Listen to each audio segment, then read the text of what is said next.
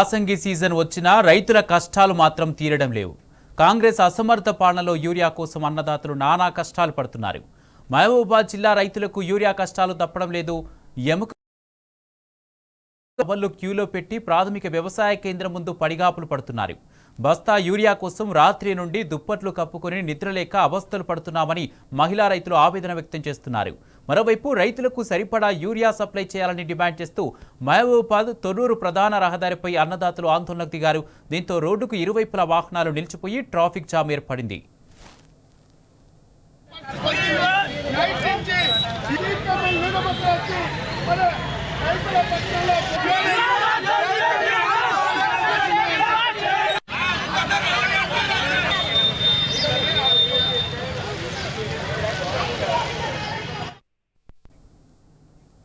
ఇదే అంశానికి సంబంధించి పూర్తి అప్డేట్స్ మా ప్రతినిధి రవికాంత్ లైవ్ ద్వారా మహబూబాబాద్ గూడూరు నుంచి లైవ్ ద్వారా అందజేస్తారు. రవికాంత్, రైతుల ఆందోళనకు సంబంధించి వారి డిమాండ్స్ ఏంటి, అలాగే యూరియా సరఫరాకు సంబంధించి పూర్తి అప్డేట్స్ ఏంటి, అధికారులు ఏమంటున్నారు?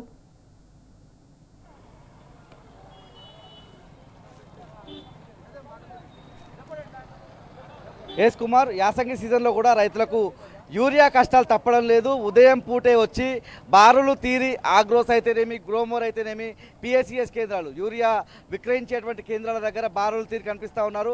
చలికాలం వణికించేటువంటి చలిలో సైతం అర్ధరాత్రి వచ్చి నిలబడేటువంటి పరిస్థితి మనం చూసిన సెంటర్ మనం చూసేది ఏదైతే ఉందో మహబూబాబాద్ జిల్లా గూడూరు మండల కేంద్రంలో ఉన్నటువంటి ఈ సెంటర్ దగ్గర ఉదయం నుంచే బారులు తీరి కనిపించినటువంటి పరిస్థితి. రైతాంగం తీవ్రమైనటువంటి ఆగ్రహం వ్యక్తం చేస్తున్నటువంటి పరిస్థితి కూడా మనకు కనిపిస్తూ ఉంది. సరిపడినంత యూరియా అందించాలని రైతులు తమ డిమాండ్గా వ్యక్తం చేస్తున్నటువంటి పరిస్థితి కూడా మనకు స్పష్టంగా కనిపిస్తూ ఉంది.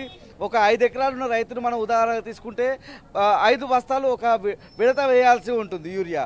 కానీ అలా సరిపడినంత ఇవ్వడం లేదన్నటువంటి అంశాన్ని అయితే రైతులు తమ ఆవేదన రూపంలో వ్యక్తం చేస్తున్నారు. ముఖ్యంగా మనతో పాటు కొంతమంది రైతులు ఉన్నారు. గూడూరు ఆగ్రోస్ రైతు సేవా కేంద్రం దగ్గరికి వచ్చినటువంటి రైతులతో మాట్లాడించే ప్రయత్నం చేద్దాం. అన్న, ఏ ఊరు అన్న మీది? ఏంది పరిస్థితి? యూరియాకు సంబంధించి ఎలాంటి ఇబ్బందులు యాసంగిలో ఎదుర్కొంటున్నాం?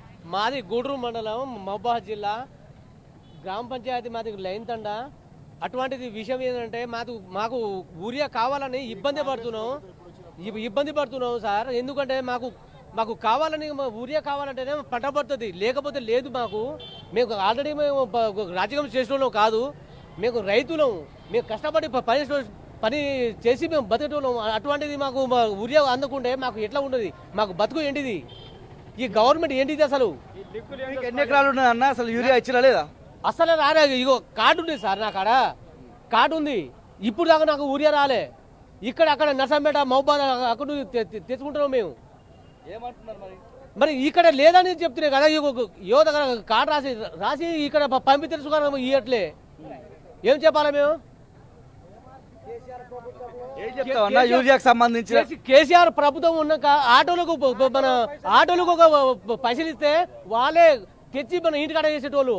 ఈ ప్రభుత్వం వచ్చినాక మేము వచ్చి అక్కడ పని పొడగొట్టి ఇక్కడ వచ్చి ఇక్కడ వేస్ట్ అవుతుంది. మొన్న వానాకాలం కూడా ఇబ్బందులు పడ్డారు కదా, యాసంగి ఎందుకు ఇబ్బందులు పడాల్సి వస్తుంది? యూరియా సరిపడా ఉన్నదని చెప్తారు కదా అధికారులు, ఇక్కడ ఉన్నటువంటి ఎమ్మెల్యే. వానాకాలం సుగా ఇబ్బంది పడ్డాం, ఇప్పుడు సుగా ఇబ్బంది పడుతున్నాం. ఓళ్ళు నష్టం, ఇల్లు నష్టం అవుతుంది, ఓట్లు వేసి కష్టమవుతుంది. ఇప్పుడు యాప్ కూడా వచ్చింది కదా కొత్తగా. యాప్కు సంబంధించి రైతులకు అవగాహన కల్పించినాం. ఆ యాప్లో అప్లై చేసుకుంటే యూరియా ఇస్తారని చెప్తున్నారు. అసలు యాప్ గురించి మీకు తెలుసా? మళ్ళీ మీరు యూరియా కొనుగోలు కేంద్రాల దగ్గరకు వచ్చి ఎందుకు క్యూ కడతారు? ఇక్కడికి వచ్చిన తర్వాత మీకు యూరియా దొరుకుతుందా? నాకే సూసైడ్లా 12 బస్తాలు రాసినాడు. 12 బస్తాలా ఒక బస్తా తీసుకోలే. దర్శనంపేట పోయి 6 బస్తాలు తెచ్చిన లాడీస్కు. ఇక్కడ నానో డిఏపికి 2 బస్తాలు తీసుకున్నా. నానో డిఏపి ఇంకో షాప్లో 3 బస్తాలు తీసుకున్నా. సూసైడ్లా ఒక బస్తా కూడా తీసుకోలేదు సార్. ఇప్పుడు మళ్ళీ లాడీస్ తీసుకోవాలి, నానో డిఏపి తీసుకోవాలంటే దేనికి చేయాలి? మొక్కలు పెరిగింది, దానికి ఇప్పుడు ఊరియా అవసరం నాకు. ఇప్పుడు 2 సారి 3 సారి అట్నే బయట తీసుకున్నా. సూసైడ్లా 2 సారి పోతే పబ్లికే ఉన్నారు, 3వ సారి పోతే మళ్ళీ వచ్చినాక ఇస్తాం, మళ్ళీ వచ్చినాక వస్తాం. ఈ పరిస్థితి ఉన్నాయి. ఇప్పుడు ఊరియా అవసరం సార్ నాకు. ఇప్పుడైతే నాకు పై ముందు అవసరం వెళ్ళవు. యూరియాకి సంబంధించి ఒక యాప్ తీసుకొచ్చినామని ప్రభుత్వం చెప్తాంది. ఇక్కడ అధికారులు కూడా మేము అందరు రైతులకు ఆ యాప్ గురించి చెప్పినామని చెప్తాను. అసలు యాప్ గురించి మీకు తెలుసా? తెలియదు సార్, యాప్ గురించి తెలియదు సార్. మాకు యాప్ తెలియదు. నానో యూరియా కొట్టినాం, నానో డిఏపి కలిగి ఇప్పుడు ఊరియా అవసరం, కానీ యాప్ ఏంటంటే మాకు తెలియదు. అది కొట్టలేము మేము శనికి. యాప్ అంటే సెల్ ఫోన్లో యాప్ వేసుకుంటారు అప్లికేషన్, దానికి సంబంధించి ఏం తెలియదా? దానికి తెలియదు సార్, మాకు చిన్న ఫోను, అది ఫోన్లో పైసలు ఉండవు, మాకు ఆన్లైన్ ఉండవు. చిన్న ఫోన్తోనే రైతులు మేము పని చేసుకుంటున్నాం. ఈ పరిస్థితి మాది. అన్న మీకు యాప్ గురించి తెలుసా అన్న? యాప్కి సంబంధించి మరొక రైతుతో కూడా మాట్లాడించే ప్రయత్నం చేద్దాం. యాప్ గురించి అయితే అవగాహన లేనటువంటి సందర్భం మనకు కనిపిస్తూ ఉంది. మరో రైతు మనం చూసినట్టయితే కాలు పెట్టుకొని మరి యూరియా కోసం కష్టపడి వచ్చినటువంటి పరిస్థితి.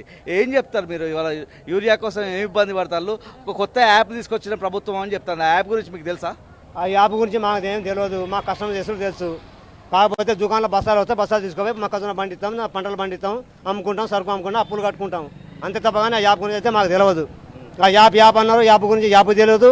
మళ్ళీ అందులో మన ఏదో నెంబర్ వస్తుందని చెప్పారు, యాడ్ నెంబర్ వస్తుందని చెప్పారు.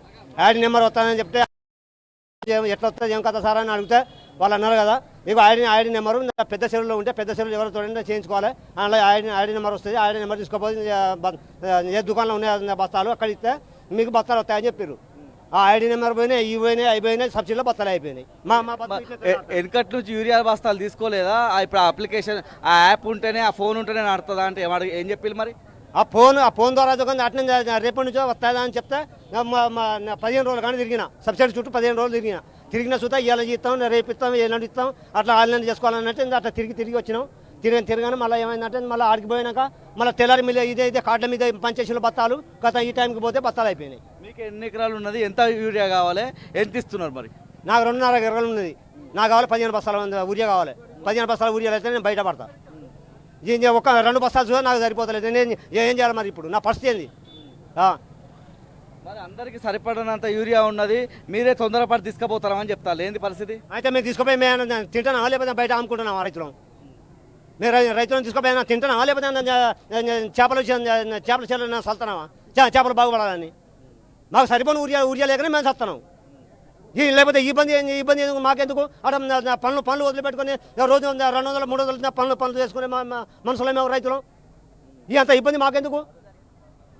ఈ పర్వతం వచ్చి ఎవరికి అన్నం పెట్టింది? ఉన్నలు తింటారు, ఉన్నలే పంటాలు లేని చిప్పని అనుకునే ఉన్నది. ఎవరికైనా బాగు చేసిందా రైతులు? ఏ రైతులు బాగు చేసి ఏ రైతున్న పంట మంచి పండించుకొని మనకు ఊర్జా సబ్సిడీ ఇచ్చిండు.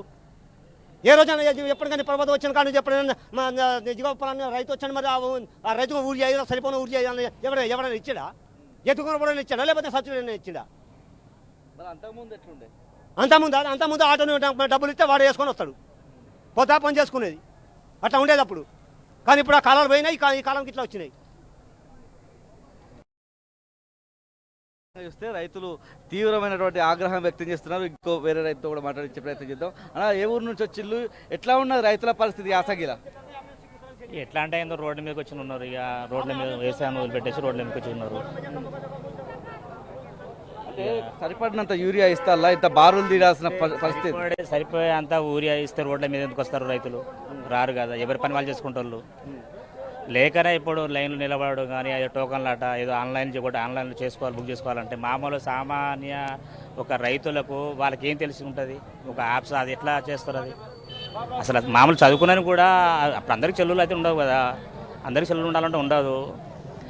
అందరికి కూడా అది తెలియాలంటే కూడా తెలియదు. ఇంకొకటి రైతులు ఉండేది దేనికోసం అంటే రైతులకు చదువు రాదు కాబట్టి వాళ్ళు వ్యవసాయం చేసుకుంటారు. ఆ దాంట్లో యాప్ అనేది వాళ్ళకి తెలియదు. అది తెలుసుకోవడానికి ఎవరిని కొట్టమని చెప్పాలా, యాప్లు ఎవరు డౌన్లోడ్ చేయాలి, దాన్ని ఎక్కడికి పోవాలనేది కూడా తెలియదు. అంటే ముఖ్యంగా గూడూరు ప్రాంతం కావచ్చు, గంగారం, కొత్తగూడ, ఇట్లా మహబాద్ లాంటి ప్రాంతాలు చాలా వెనుకబాటుకు గురైనటువంటి ప్రాంతాలు కాబట్టి అంటే ఇట్లాంటి చోట కొంత తక్కువ మొబైల్ వాడేటోళ్ళు కూడా ఉంటారు కదా. అలాంటి వాళ్ళ బాధ ప్రభుత్వం అర్థం చేసుకోవాలన్నా ఏం చెప్తాను? చేసుకోవాలి వాస్తవానికి. ఎందుకంటే ఇప్పుడు చదువు రాని వాళ్ళకు వాళ్ళకి తెలియదు కాబట్టి యాప్స్ అనేది వాళ్ళకి రైతులకు తెలియదు. గవర్నమెంట్ కూడా కొంచెం ఆలోచించి చేయవలసిన విషయం అది. ఇది మొత్తంగా ఎక్కడికక్కడ రైతులు అయితే తమ ఆగ్రహం వ్యక్తం చేస్తున్నటువంటి పరిస్థితి స్పష్టంగా కనిపిస్తూ ఉంది. ఆగ్రోస్, గ్రోమోర్ ఎక్కడికి వెళ్ళినా కూడా యూరియా కోసం మరొకసారి బారులు తీరు కనిపిస్తున్నారు. చలికాలం పూట దుప్పట్లు తీసుకొని వచ్చి మళ్ళీ ఆగ్రోస్, గ్రోమోస్ సంబంధించినటువంటి సెంటర్ దగ్గర నిద్రపోవాల్సినటువంటి దుస్థితి వచ్చిందని గిరిజన ప్రాంతాల రైతులే కావచ్చు, అర్బన్ ప్రాంతాల్లో ఉన్న రైతులు కూడా ఒక ఆవేదన వ్యక్తం చేస్తూ ఉన్నారు. అన్ని ప్రజల ఏదైతే రైతులకు యాప్ ఉంటుందా, ఫోన్ ఉంటుందా, కొంతమంది కీప్యాడ్ ఫోన్ వాడే అవకాశం ఉంటుంది. Right. అలాంటి వాళ్ళు యాప్ని ఇన్స్టాల్ చేసుకొని అది ఈ ప్రక్రియ అంతా తెలియకపోవచ్చు కదా అన్నటువంటి అంశం కూడా రైతులు తమ ఆవేదన రూపంలో తెలియజేస్తున్నారు. Kumar, right, thank you Ravikanth.